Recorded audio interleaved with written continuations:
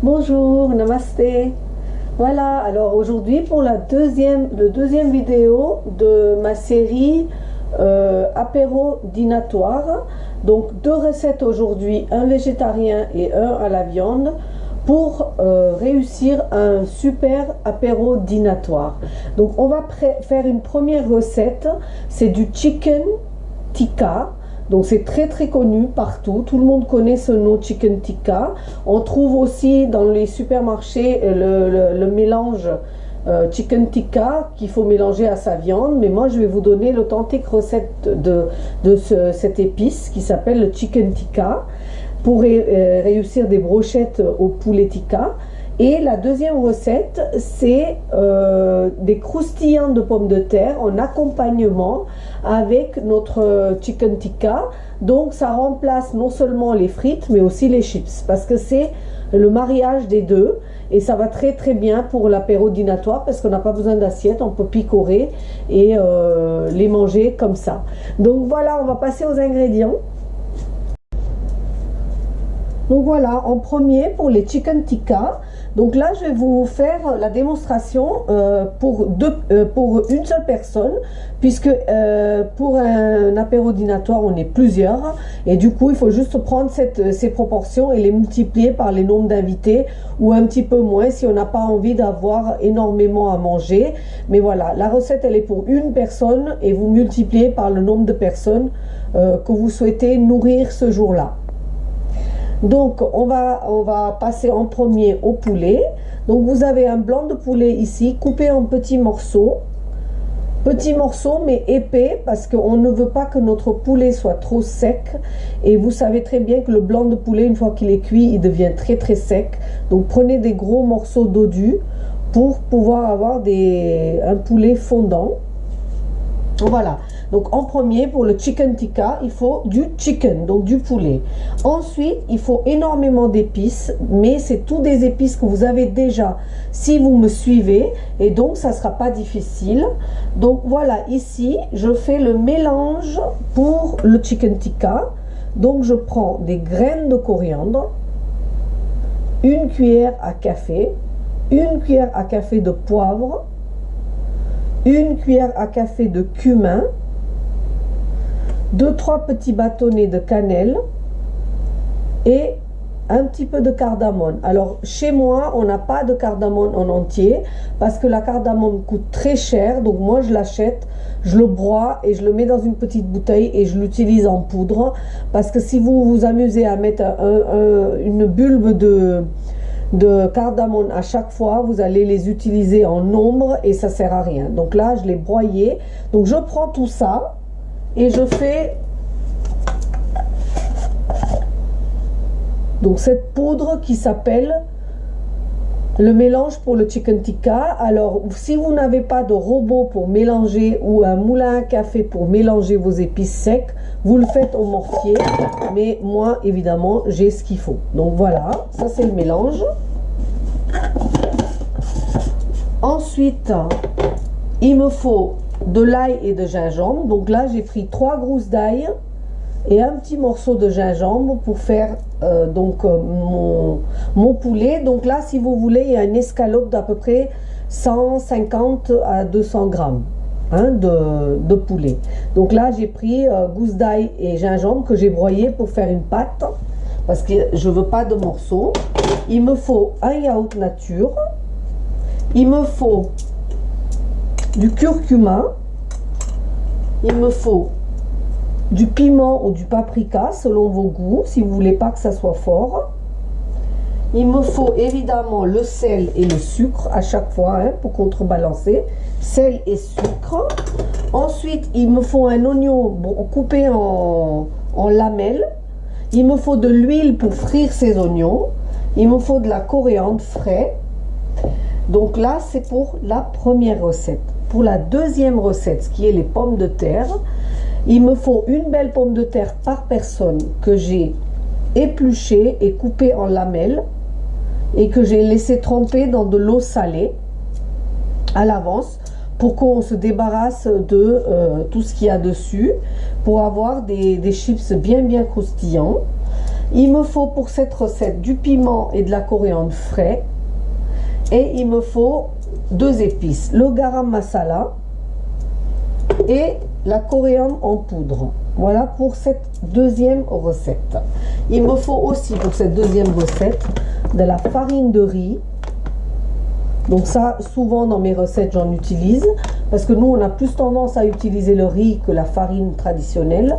Farine de riz mélangée au maïzena, mais si vous ne voulez pas acheter de la farine de riz, bah, utilisez que de la maïzena. Si vous avez suivi mes autres recettes, vous devez avoir aussi le farine de riz. Ça se trouve dans tous les magasins, dans les rayons bio. Voilà, alors on va démarrer la recette maintenant. Voilà, donc en premier, ce qu'on fait, c'est que on met les oignons dans de l'huile chaude et on les grille. Parce que c'est ça qui va donner la consistance à notre mélange et un goût particulier à notre poulet tikka. Donc on va prendre ça et on va frire ces oignons, les rendre bien caramélisés, faire une pâte et les mélanger dans notre chicken tikka. Donc ça, vous pouvez le faire même à l'avance et le réserver. Là, j'ai voulu vous montrer la recette en entier. Mais ça, cette étape-là, je la fais à l'avance normalement. Voilà. Donc dans le bol ici, je prends un bol. Je mets le blanc de poulet que j'ai coupé en cubes, comme je vous ai dit. À ça, je vais mettre mon mélange d'épices.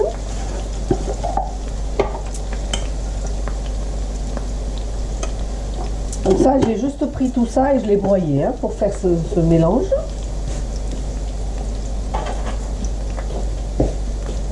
Ici, ensuite, à ça, je vais ajouter la moitié du yaourt nature, parce qu'il n'y a qu'un seul escalope. Je mélange le tout. Je prends le gingembre et l'ail et je prends, pareil, une cuillère à café de ce mélange. Donc avec les 2 gousses d'ail et un petit morceau de gingembre, vous allez obtenir ça, cette cuillère que j'ai mis là. Moi j'en ai toujours beaucoup plus d'avance parce que moi je fais d'autres recettes aussi. Donc après vous allez prendre une demi-cuillère à café de curcuma. Vous allez prendre une pincée de piment rouge, une paprika si vous ne supportez pas que ça soit fort.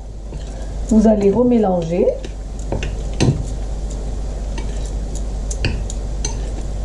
Et ensuite, vous allez mettre un petit peu de coriandre frais dans votre recette. Et à cette étape-là, vous allez regarder vos oignons que je vais vous laisser frire. Et quand ils sont bien caramélisés, vous allez les sortir et vous allez les broyer et les ajouter à votre recette. Donc là, vous allez aussi mettre un petit peu de sel, donc une pincée de sel. Pensez qu'il y a juste une escalope et un tout petit peu de sucre pour contrebalancer.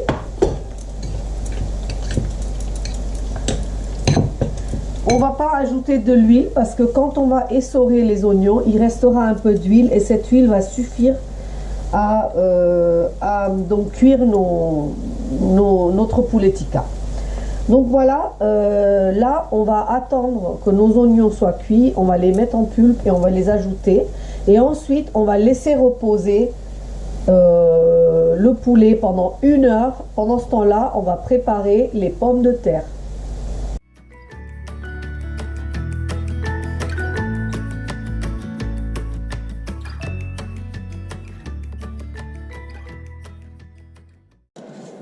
Ok, donc là je vais vous ajouter les 2 photos que j'ai prises quand j'ai enlevé les oignons de l'huile et que je les broyais parce que sinon je ne pouvais pas vous faire attendre que l'oignon refroidisse. Donc je l'ai fait hors caméra, mais je vous ai mis les clips. Donc ici j'ai mélangé cet oignon broyé dans le poulet tikka et là je vais le réserver ça pendant que je fais les pommes de terre.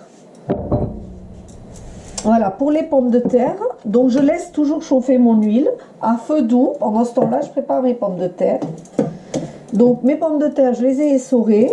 Je les ai bien essuyées dans un tissu et avec du papier essuie-tout, parce qu'il ne me faut pas d'humidité dans mes pommes de terre du tout. Hein. Donc je les essuie bien. Donc là, c'est un seul pomme de terre pour une personne. Pareil, vous multipliez les proportions. Ensuite, vous allez verser vos pommes de terre dans cette passoire où on va continuer à faire la recette. Voilà, donc ils sont bien secs, coupés en lamelles fines. À ça, je vais ajouter coriandre et piment frais parce que je veux qu'il y ait un petit peu de verdure dans ma recette, que ça soit joli. Et là, je vais les laisser coller. Donc vous faites ça pour laisser coller sur vos pommes de terre, ça. Hein. Ensuite, vous allez mettre les épices. Donc là, on va mettre une cuillère à café de garam masala sur mes pommes de terre. Une cuillère à café de coriandre en poudre. Je vais saler mes pommes de terre.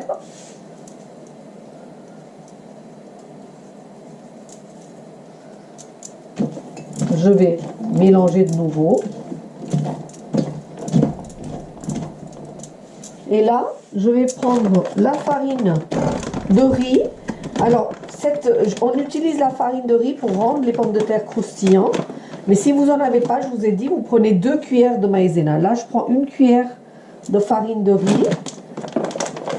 Et je prends une cuillère de maïzena. Donc ça va former une croûte. Le maïzena va absorber toute l'humidité qui reste dans les pommes de terre. Et la farine de riz va rendre les pommes de terre croustillantes. Donc je mets une cuillère de chaque ici. Et là, je mélange le tout comme il faut, afin qu'il y ait une petite couche qui se forme sur mes pommes de terre.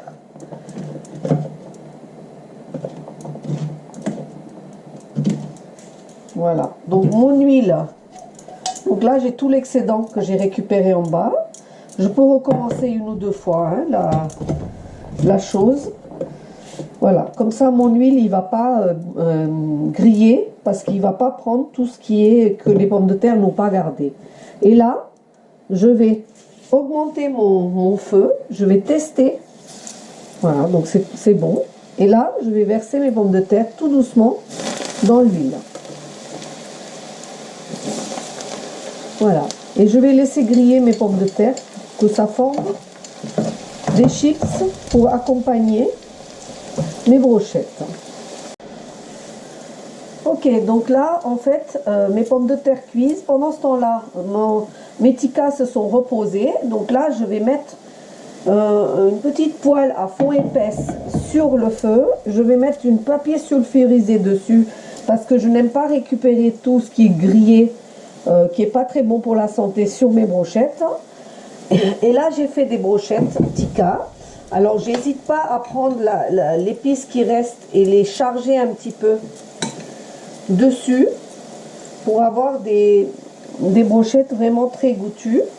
Donc, une fois que vous avez mis les brochettes sur le pic, vous prenez ce qui reste en épaisseur dans le bol en sauce et vous le chargez un petit peu sur vos brochettes et vous laissez griller vos brochettes. À côté de ça, vous avez vos pommes de terre qui grillent. Donc tout va bien, je vais laisser griller mes brochettes d'un côté et une fois que je vois qu'ils ont bien grillé d'un côté, seulement là je vais le retourner pour les griller de l'autre côté. Voilà, donc on se retrouve très vite pour la fin de la recette. Donc voilà, vous voyez là mes brochettes ont grillé, je les ai retournées de tous les côtés pour qu'ils soient bien grillés. Donc, et ici mes pommes de terre sont bien croustillantes, je vais couper le feu des deux côtés. Je vais sortir mes pommes de terre et les essuyer, donc les poser sur un papier absorbant. Alors comme je vais être en pique-nique, je ne veux pas avoir des choses toutes sans consistance ou comme des frites refroidies qui sont tout mous, dont l'idée de mettre le maïzena, etc. parce que ça donne un croustillant à mes chips. Donc là, je vais vous montrer ce que ça fait au niveau du son, ce que ça fait. Donc là, je les ai essuyés, regardez, pardon. Là, je les ai essuyés. Et là, quand je vais les verser, vous allez entendre le bruit. Voilà, ils sont super croustillants. Voilà, vous entendez le bruit. Donc voilà. Donc ça va garder son croustillant. Et vous allez pouvoir manger des choses, comme je vous ai dit, un intermédiaire entre des chips et des frites, mais massalées, fait maison. Vous avez vos brochettes là, bien charnues, bien cuit, grillées. Votre poulet tikka avec donc vos ni chips ni frites, donc des crispies aux pommes de terre avec le brochette poulet tikka. Donc voilà, je suis là et je vous présente enfin mon assiette que je viens de vous montrer. Donc j'espère que vous allez changer un petit peu cette année, vous allez présenter ces nouvelles recettes à vos invités, que vous allez essayer ce chicken tikka, ce fameux chicken tikka, ces pommes de terre croustillantes qu'on peut déguster facilement à l'apéro, et que vous allez liker, vous abonner et puis souscrire à ma chaîne si ce n'est pas déjà fait. Je vous remercie d'avoir suivi. Merci et à très bientôt. Au revoir.